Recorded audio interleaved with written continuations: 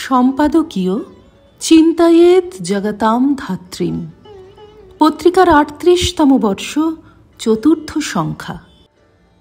আমাদের মনে প্রশ্ন জেগেছে, দেবী জগদ্ধাত্রী বিশ্বকে ধারণ করে আছেন, তবু অসুরদের অত্যাচারে তিনি কি করেন? মার্কণ্ডেয় পুরাণে তাঁর স্বীকারোক্তি, অবতীর্ণ হয়ে শত্রু নাশ করেন। জগদ্ধাত্রী মূর্তি তো বস্তুত তাই বটে, করিন্দ্রাসুরকে দমনের রূপ। তাহলে ধারিণীও নাশিনী হন? জগৎ রহস্য বড় দুর্জ্ঞেয়।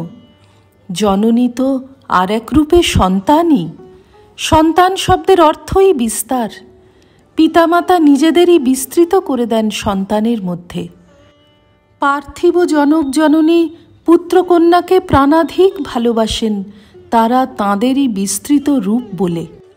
সেই পিতামাতাও সন্তানের দোষ ত্রুটি দেখলে শাসন করেন, পীড়ন করেন।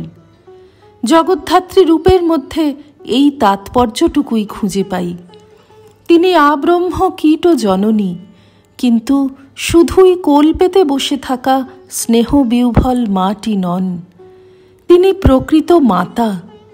মা ধাতুর অর্থ পরিমাপ করা। মাতা তিনিই যিনি মাপেন সন্তানের কি প্রয়োজন। আবশ্যক মতো তিনি তাকে স্নেহাদর করেন, আবার শুভ ভাব থেকে সে বিচ্যুত হলে প্রহারও করেন। তখন তার অন্তরে স্নেহ, বাইরে পীড়ন, চিত্তে কৃপা, কার্যে সমরনিষ্ঠুরতা। ক্ষুদ্রমতি আমাদের পক্ষে অচিন্তা দেবীর চিন্তন যেন দৌর্ভ্যাং বিধর্তুমিবা ইয়ামি জগৎ বিধাত্রীম। জগৎকে যিনি ধরে আছেন, তাকে শিশুর মতো ছোট্ট দুটি হাতে ধরতে চাওয়া।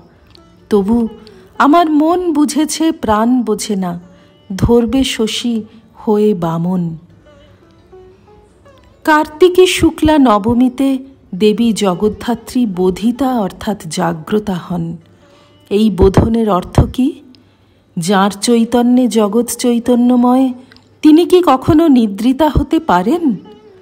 এ জাগরণ আমাদের দিক থেকেই। দেবী সদা জাগ্রতা।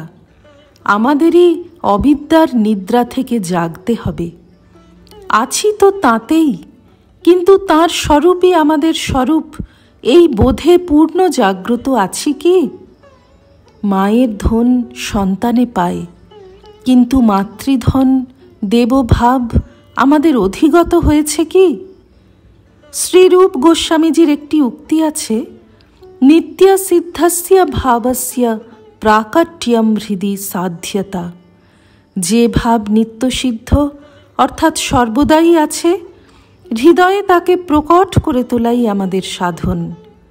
মা জেগেই আছেন, আমরাই বুঝি না। এই বোঝার চেষ্টাই বোধন, নিদ্রিত চেতনার জাগরণ।